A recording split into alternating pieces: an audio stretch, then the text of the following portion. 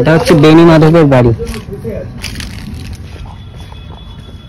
এই সেই দুধ পুকুর যেখানে বাবা 11 বছর বয়সে তার প্রিয় সখা বেনি মাধবের সাথে স্নান করে তারপর ওরা বেরিয়ে গিয়েছিল তারাপীঠের উদ্দেশ্যে। হ্যালো বন্ধুরা, গুড মর্নিং তোমাদের সবাইকে। এখন 7টা মতো বাজে আর আমরা বেরিয়ে পড়েছি কচুয়াধাম যাওয়ার উদ্দেশ্যে। তো চলো তোমরা দেখতে থাকো, আজকের ব্লগটা তোমাদের খুব ভালো লাগবে। আর চারিদিকের পরিবেশটা দেখো, দেখেই মন ভরে যাচ্ছে। তো দেখতে থাকো তোমরা, চলো। তো আমরা পৌঁছে গেছি কচুয়াধামে। তো বাইকে মোটামুটি আমাদের 1 ঘন্টা মতো লাগলো। 7টায় বেরিয়েছি, 8টার মধ্যে আমরা ঢুকেও পড়েছি। এই দেখো, এখানে হচ্ছে বাবার পৈতে হয়েছিল সেই মন্দিরটা এটা। আর চারিদিকে দেখো কি সুন্দর আম গাছ, পুরো আমের গাছে মানে ভর্তি আম গাছ।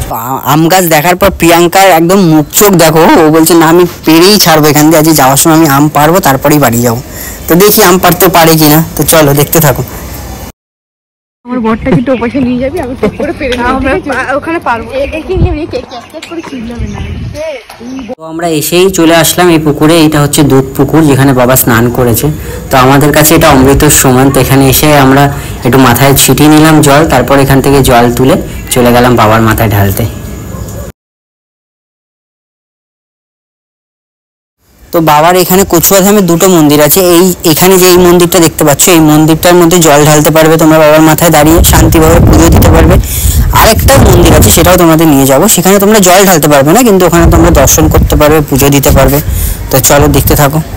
তো আমরা জল ঢেলে তারপরে চলে আসলাম। এই মন্দির থেকেই বাবা পৈতে নিয়েছিল, তো সেটাই একবার দর্শন করতে আসলাম। দেখো কত স্মৃতি বাবার এখানে জড়িয়ে আছে। এই দেখো,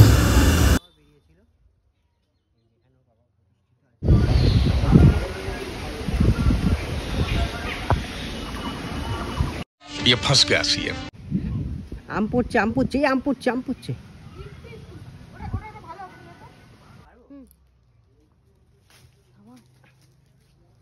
এই চোর, আম চোর, আম চোর এরকম ভাবে ডাকিস না রে খোদা।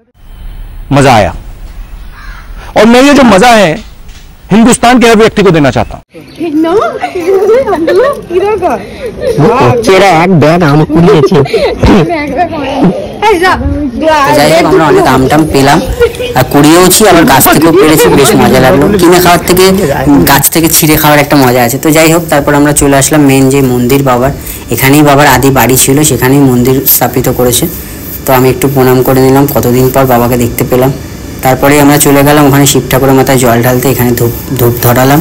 তো এই মন্দিরে এসে আমাদের যেটা ভালো লাগলো, যে ধূপ বা মোমবাতি যারা ধরাবে সেখানের জন্য আলাদা ব্যবস্থা। এখানে যেমন ধূপকাঠি, আমরা মোমবাতি, জল ঢেলেছিলাম আমরা পাশে আরেকটা মন্দির ছিল সেখানে, আর দর্শনের জন্য ওখানে। বেশ ভালো এই সিস্টেমটা, যে এক জায়গায় গ্যাতাগুতি না করে সব আলাদা আলাদা ভাগ করে দেওয়া আছে। এই দেখো, এখানে ভোলেনাথ আছে।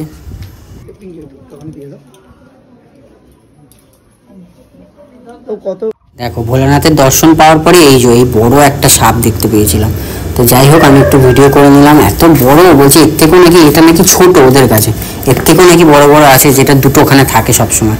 তো যাই হোক, আমার তো ভয় লাগে বিশাল, তাও ভিডিওটা করলাম ভয় ভয়। তো তারপর আমরা একটা করে ডাব খেয়ে নিলাম। ডাব খাওয়ার পর একটু ওখান থেকে কচুরি তরকারিও খেয়ে নিয়েছি। খেয়ে নিয়ে তারপর এবার আমরা বেরোনোর ভাবনা চিন্তা করছিলাম দাঁড়িয়ে দাঁড়িয়ে।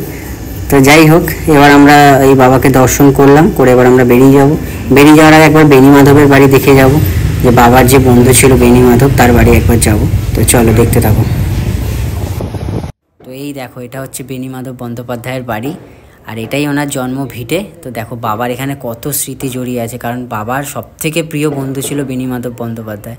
তো দেখো সেই আগেকার দিনের বাড়ি ঘর এরা কি সুন্দরভাবে মেনটেন করে রেখেছে বাবার বাড়িটা। যাই হোক, ওখানে তো মন্দির হয়ে গেছে, তাই ওই জিনিসটা আমাদের দেখার সৌভাগ্য হলো না। কিন্তু এখানে তোমরা যখনই আসবে এই বাড়িটা এসো, বেনি মাধবের বাড়িটা দেখে যেও ওরা। তো আমরা এবার বেরিয়ে পড়লাম বাড়ি যাওয়ার উদ্দেশ্যে। যেতে তো ইচ্ছা করছে না, তবু যেতে তো হবেই। তো যাই হোক, আজকের সকালটা আমাদের একটু অন্যরকম কাটলো, বেশ ভালো লাগলো। আশা করছি তোমাদেরও ব্লগটা খুব ভালো লেগেছে। যদি ভালো লেগে থাকে লাইক করে দিও।